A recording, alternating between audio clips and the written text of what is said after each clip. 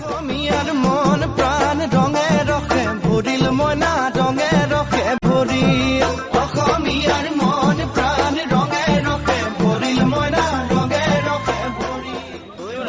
বিহু আহিল মইনা বহাগ বিহু देना जरूरी रहेगा हाँ कि पैसा पैसा